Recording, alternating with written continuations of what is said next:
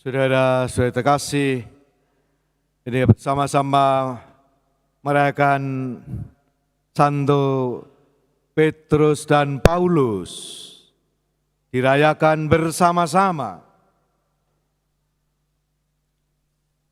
Dan mereka kendati berbeda dalam tugas dan fungsinya. Mereka sama-sama mengalami sebuah pembaruan hidup berkat perjumpaannya dengan Yesus. Bagaimana ditegaskan oleh mendiang Paus Fransiskus, perjumpaan pribadi dengan Yesus mengubah hidup kita. Itulah mestinya. Itulah mestinya. Dan inilah yang dialami oleh baik Santo Petrus maupun Santo Paulus. Dua tokoh iman besar, saya peletak dasar gereja.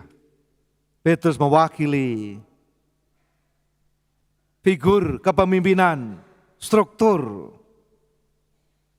dan Paulus mewakili gereja adalah sebuah gerakan dengan karisma-karisma yang ada.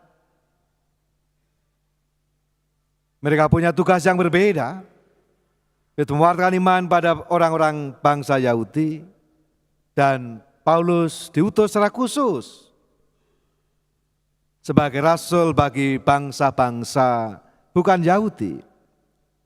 Sehingga dengan demikian gereja memang berakar pada tradisi Yahudi, masyarakat Yahudi di Israel, lalu berkembang ke seluruh dunia berkat pewartaan dari Santo Paulus yang dipilih menjadi rasul bagi bangsa-bangsa bukan Yahudi.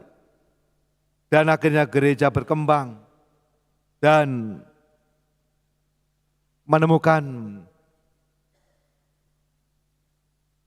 tempatnya di mana justru di Roma menjadi pusat gereja. Yang awalnya hampir 3 abad gereja itu mengalami penganiayaan, mengalami pengejaran, mengalami jalan kemartiran, dan dua-duanya memberikan kesaksian, memahkotai kesaksian mereka dengan darahnya dalam kematian sebagai martir. Baik Santo Petrus di Bukit Vatikan maupun Santo Paulus di luar tembok kota Roma. Dan masing-masing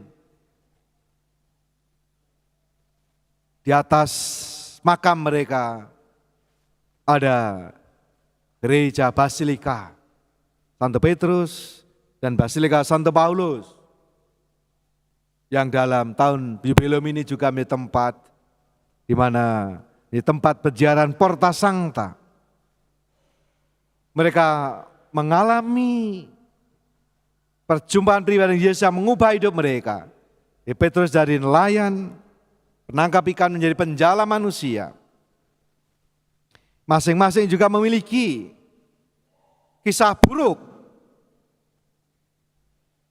atau lembar kelam. Petrus menyangkal Yesus 3 kali.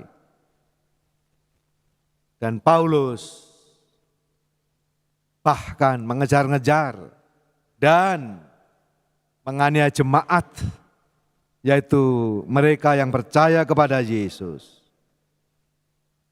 Dua tokoh iman yang besar, yang kedua-duanya mempunyai peran yang penting dalam sejarah perkembangan gereja kita. Dan itulah yang kita syukuri, bahwa Tuhan berikan pada kita semua dua tokoh penting, bukan saling meniadakan, tetapi saling melengkapi satu sama lain. Dan mereka semua melakukan itu karena kecintaannya pada Yesus.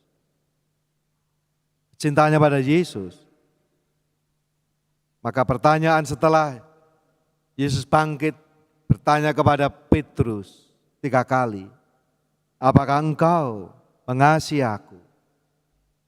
Karena Petrus pernah menyangkal 3 kali juga.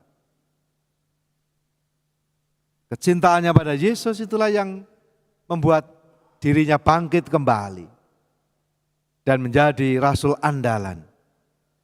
Menjadi yang dituakan di antara para rasul. Maka dialah pula disebut sebagai paus yang pertama. Dan paus berikutnya adalah disebut sebagai pengganti Santo Petrus. Maka ketika paus, seorang kardinal terpilih, maka dia ditanya, pertama-tama pertanyaan, apakah menerima pemilihan ini? Kalau menjawab abcepto, jadi paus. Lalu ditanya yang kedua, Anda mau disebut dengan nama apa? Ya, satu-satunya nama yang nggak boleh disebut lagi adalah Petrus.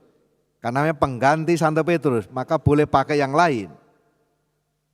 Paus kita sekarang pakai Leo 14 karena sebelumnya sudah ada Leo ke-13. Paus Fransiskus, ya disebut Paus Fransiskus, tidak pakai satu, karena dia baru satu-satunya yang pakai nama Fransiskus Assisi. Kalau nanti pada sejarah berikutnya ada yang memilih nama Fransiskus, maka Paus Fransiskus kemarin itu menjadi Fransiskus pertama dan berikutnya adalah Fransiskus yang kedua. Kita ada dalam rangkaian panjang dari para rasul. Iman kita dijamin dari para rasul sampai sekarang ini. Maka kita menyebut gereja kita adalah gereja yang satu, kudus, katolik, apostolik. Apostolik berarti apa yang kita imani ini berakar dan ada dalam keterkaitan tak terputuskan dengan iman para rasul. Pengakuan iman pertama yang tadi kita dengarkan dalam kisah Injil dari Santo Petrus. Engkaulah Mesias, Kristus, Putra Allah yang hidup. Dari pengakuan iman pertama ini, Yesus menegaskan engkaulah Petrus. Dan di atas batu karang ini, aku akan berikan gerejaku. Maka di Basilika Santo Petrus, tulisan besar sekali, Tu es Petrus. Juga ada lagunya, Tu es Petrus. Engkaulah Petrus. Maka kalau Anda coba cek, nanti boleh dicek ya. Anda di ChatGPT atau pokoknya AI lah apa aja. Siapakah pendiri gereja Katolik? Anda akan menemukan pendiri gereja Katolik adalah Yesus Kristus. Nah, gereja lain saya nggak tahu. Tapi kalau Anda tanya siapakah pendiri gereja Katolik, bahkan dalam AI menjawab Yesus Kristus. Dan itulah keyakinan iman kita. Iman diwartakan oleh Petrus dan Paulus yang dibela sampai mati. Santo Petrus disalib terbalik karena dia malu. Tahu diri. Yesus disalib secara normal, dia minta supaya kepalanya dibawa. Karena ia tidak layak. Yang merasa diri pernah menyangkal Yesus. Dan Paulus dipenggal kepalanya, maka lambangnya dia adalah pedang ya, dan kitab suci, mewartakan Injil dan juga dengan pedangnya, mati dipenggal kepalanya. Bahkan untuk membungkam Paulus harus dicara penggal kepalanya, gak bisa ngomong lagi. Tetapi kesaksian Paulus tidak pernah mati karena kita semua mendapatkan kesaksian dari Paulus melalui surat-suratnya yang ada di dalam kitab suci perjanjian baru.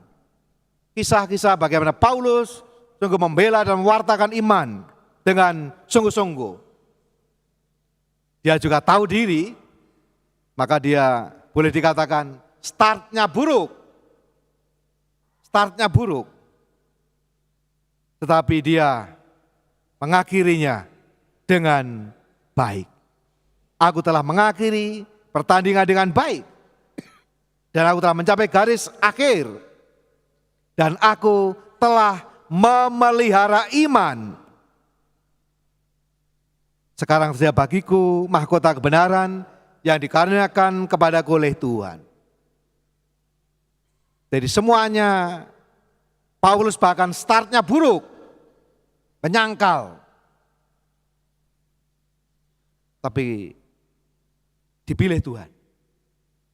Jadi tidak peduli seperti kata Santo Agustinus, tidak ada orang kudus yang tidak punya masa lalu, bahkan masa lalu yang gelap. Tak ada pendosa yang tak punya harapan dan masa depan.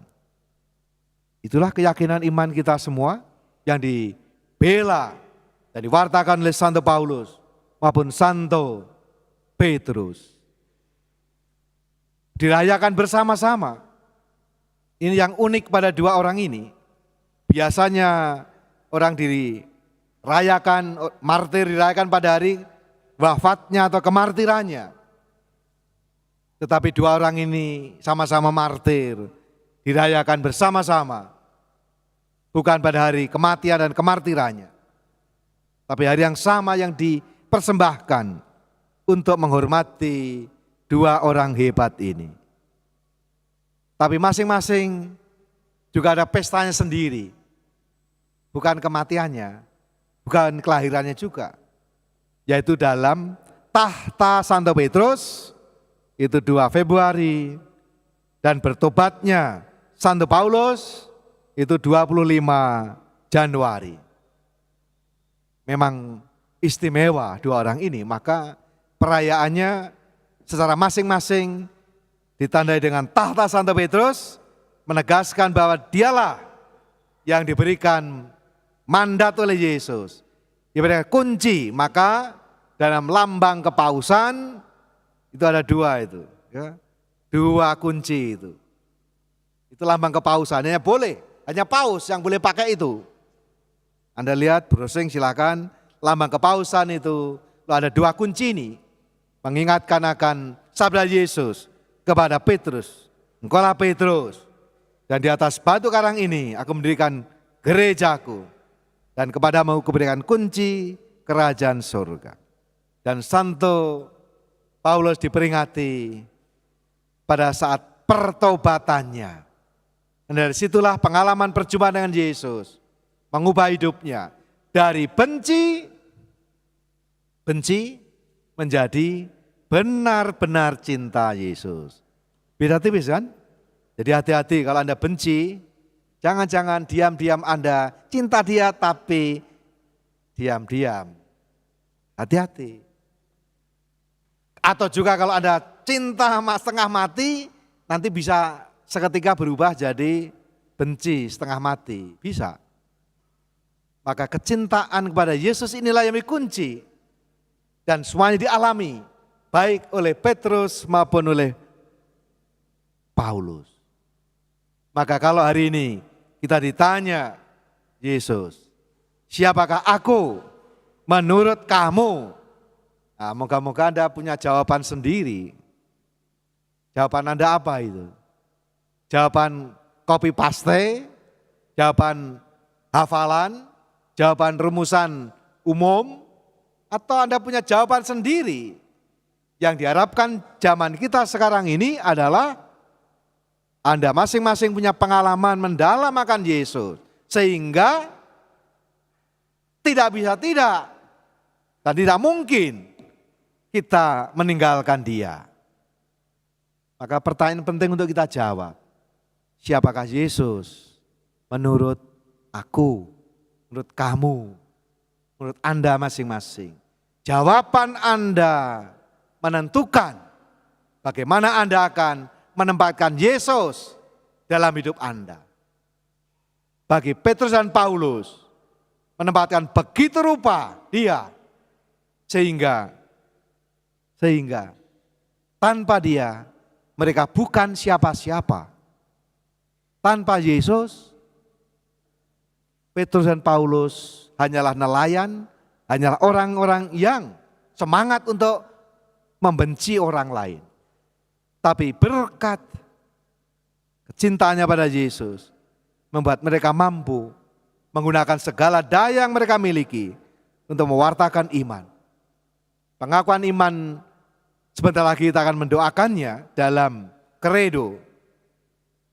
Kredo adalah ajaran iman, pengakuan iman yang dirumuskan. Moga-moga itu tidak hanya rumusan, tapi menjadi juga pengakuan iman dalam perayaan, ibadah, dan juga pengakuan iman yang muncul dalam kesaksian, yaitu di dalam perbuatan atau tindakan nyata. Semoga kita semua semakin boleh mencintai gereja kita. Gereja adalah umat Allah. Jadi saya masih seringkali mendengar pertanyaan orang. Kalau ada soal, ada masalah, ada situasi, orang bertanya, gereja buat apa? Itu pertanyaan yang salah sebenarnya. Kalau Anda bertanya begitu, Anda menempatkan seolah-olah Anda di luar gereja. Gereja adalah bagian umat Allah. Maka pertanyaan yang benar adalah, aku buat apa? Aku dipanggil untuk buat apa? Karena kecintaanku kepada Yesus. Karena saya membayangkan bahwa gereja lalu itu adalah para pimpinan, para paus, para kardinal, para uskup, para imam, dan seterusnya. Anda bukan menempatkan di luar gereja. Hari ini kita diingatkan bahwa Anda masing-masing, baik di dalam fungsi-fungsi tertentu, dalam karisma-karisma tertentu, diberi ruang untuk ikut serta membangun gereja kita. Dan semoga kita semua semakin menjadikan Yesus sebagai pusat dari gereja, pusat dari hidup kita. Dikatakan oleh Paus Fransiskus, kita tidak bisa memisahkan Kristus dari gereja. Nah, Kristuslah yang mendirikan gereja. Rahmat pembaptisan yang kita alami dan kita terima memberikan kita sukacita mengikuti Yesus dalam gereja dan bersama gereja, berjalan bersama dalam peziarah kita sebagai peziarah pengharapan. Semoga Santo Petrus dan Paulus menuntun kita semua untuk semakin setia mengikuti Yesus sampai tuntas. Seperti Petrus, tetap seperti Paulus, sampai tuntas, tetap memelihara iman akan Kristus. Semoga kita semua juga ikut Yesus sampai tuntas. Tidak pernah mengingkari Dia, tidak pernah mengkhianati Dia, tidak pernah meninggalkan Yesus, melainkan selalu cinta Yesus selamanya. Santo Petrus dan Santo Paulus, doakanlah kami.